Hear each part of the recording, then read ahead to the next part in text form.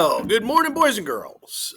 Here we are on chapter 25 of Snow Treasure. So, last we left off, we heard this story from an alleged Polish person who claims that he was essentially forced to join the German army as an interpreter of languages. Let's see if they believe this, or maybe, let's see. Here we go. Chapter 25. Well, what are we going to do with him? Uncle Victor asked when Jean Lasek had finally finished his story. They'd put him in the hold while they discussed the problem. We don't turn him loose, that's certain, Rolls replied. We can't take the risk that he won't tell the commandant. He'd never do that, Peter spoke quickly. His story sounds true enough, Uncle Victor decided. I can well believe what he told us. We know about the disguises ourselves, about men who come to Norway dressed as sports lovers but who turned out to be secret police. But I think it's dangerous to let him go. Whether he meant to or not, he could accidentally say something that would put the Germans on our trail. But what shall we do with him? He'll have to be kept in the hold. We can't stand guard over him. I have a crew coming on tomorrow, but even so, I cannot spare a man just to watch him. Rolls was laying the table for supper since it was so late. Peter was to spend the night aboard the Clang, and there was no place on earth he would rather be. His mother would not miss him that night, for he was supposed to be at the Holmes farm. Couldn't you take him with you to America, Uncle Victor? Peter pleaded. It seems a shame he can't go.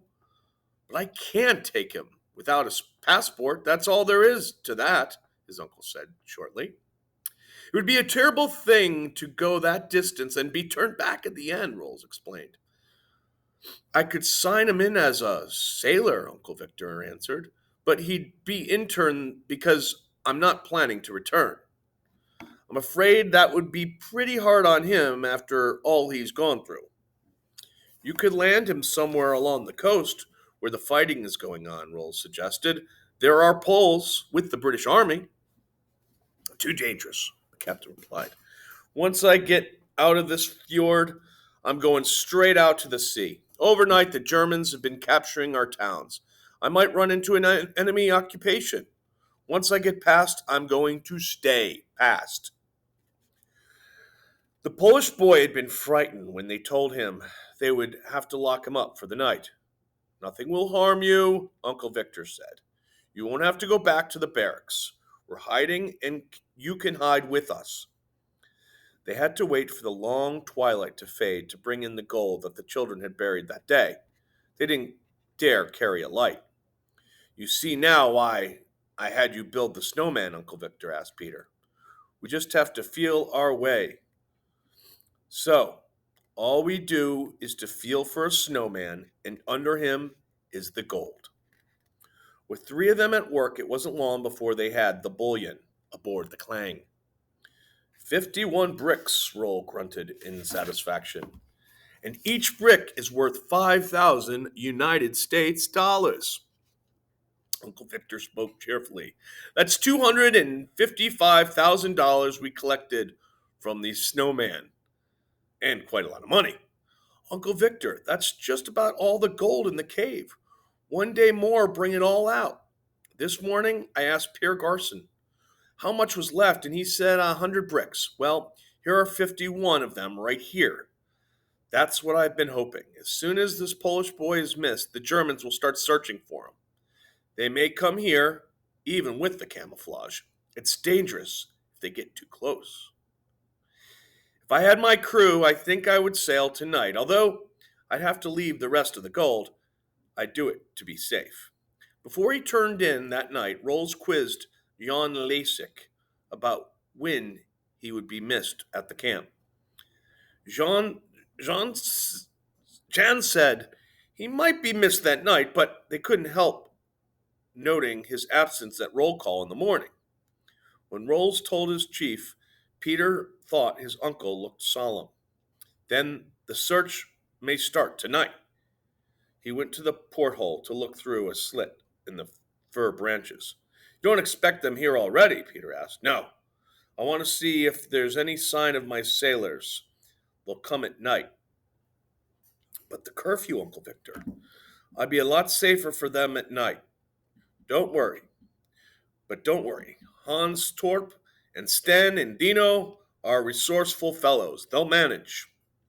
I told them to be here no later than tomorrow, and they will be here. There were voices out of the night beyond the portholes. From the direction of the beach came calls. Crowded at the peepholes in the fir branches, the three in the cabin waited. The voices grew louder. Outside in the snow were several squads of Germans. So, the search has started, Victor spoke softly. And they're even looking here already. Whew, what a narrow squeak. If they'd come an hour earlier, they would have found us there with the gold. All right, boys and girls, I don't know if you can handle this. Not quite sure. All right, let's go to chapter 26. Let's see if they find these guys. All right. It had taken the Germans until taps to miss the Polish recruit. Then the hunt for him had started. Nearer and nearer to the Kling Pearson came the searching party. But Uncle Victor was calm.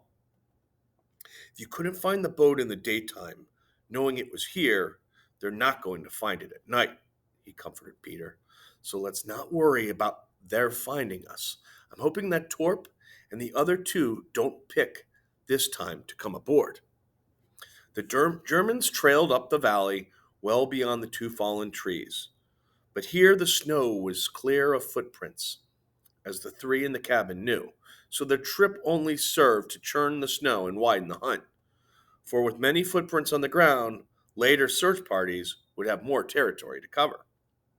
Uncle Victor, Rolls, and Peter continued to crowd out at the peepholes in the fir branches over the ports. After a time, they saw the Germans turn backs toward the cliff and the beach. If they search the woods, they can't help coming on the ski trail of our friend here. Uncle Victor meant Jean Lasik. That'll lead them here by the back way, and you can be sure they'll do some close searching at that point. The next morning, the Snake was quiet as always. The Germans evidently had not yet found the ski trail, and Uncle Victor hoped to be at sea before they did. Just before dawn, Hans Torp and the two other sailors came aboard. They took turns watching the enemy's approach, but the morning wore away and they neither saw nor heard anything. Last of the gold would be brought down that afternoon. When it was dark, the Kling could sail. It was going to rain, Peter noted with satisfaction. It would never matter now. The gold had been saved. Lovisa's and Michael's teams came to the Snake that day. Peter went out to join them, for he would be going back to town with them. He longed to remain in the Snake to see Uncle Victor set sail, but for the safety of them all and for the accomplishment of all they had set out to do, he made no protest when Uncle Victor said he must go back to town. Oh, Peter, we did it! We did it! We did it! Lovisa threw her arms around him. Every last brick's out of the cave. It's all down here. We fooled them. We fooled those old goose steppers. Goose steppers. What about the soldiers that's missing? Peter wanted to know at once. Was there a search for him in town last night? Well, was there? Well, you should have been at home. In the middle of the night, they pounded on the door. Pierre Garson wanted to open it. They almost knocked him down, pushing past him. They started searching the house. They looked in closets, even with Mother's dresses.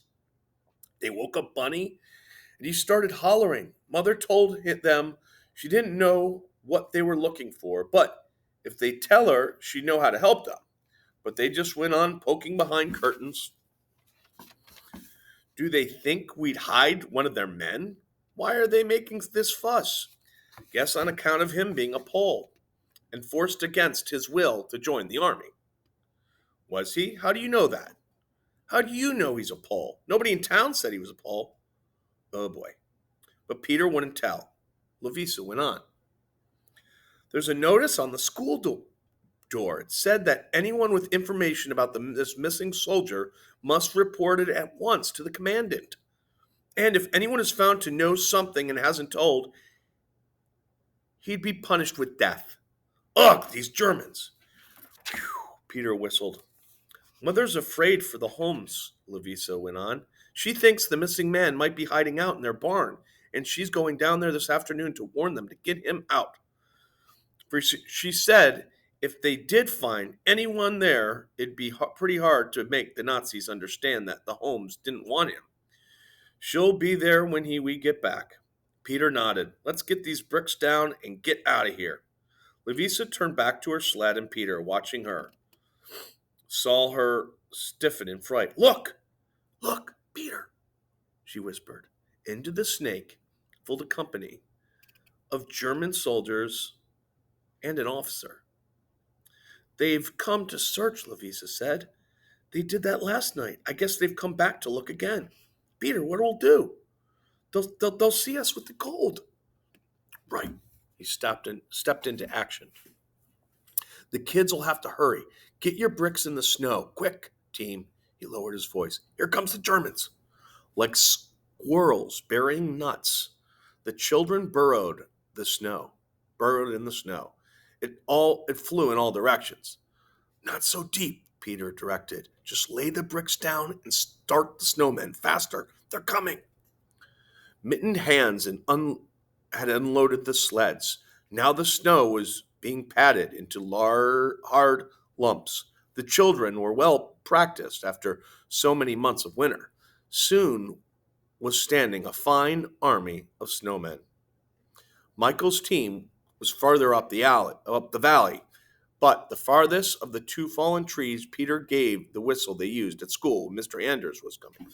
By the way, here is a picture of the German soldiers looking for the missing soldier. Michael whistled back. Then he must understand. He'd know that someone was coming, that danger was near.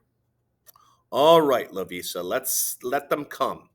Peter dropped on his knees in the snow and began another figure. It was easier to do that than to stand waiting for the Germans. In all the weeks they'd been coming to the snake, this would be the first time the Germans had come there at the moment. Lavisa thought something of this, too. They had to wait for the very last day, she grumbled. They let us bring every last bit of gold out, then they come and find it. Shh, Peter cautioned. Don't let them know you're thinking about what you're thinking anything is out of the ordinary and they're coming here. They're only looking for the runaway soldier. You know that.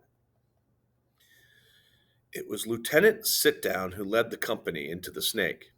They came down plodding through the snow to the level space between the two trees, and here the ground was dotted with children and snowmen. There's no one here but the youngsters, he told the sergeant. There's no use to ask them if they saw anyone, for they won't answer. I think we might as well go back. The sergeant drew up stiffly. Pardon, Herr Lieutenant, he said. The commandant comes. Boys and girls, that leaves us to chapter 27, which we will do next time. We should be finishing this pretty soon, in the next few days. All right, boys and girls, until next time, have a good one.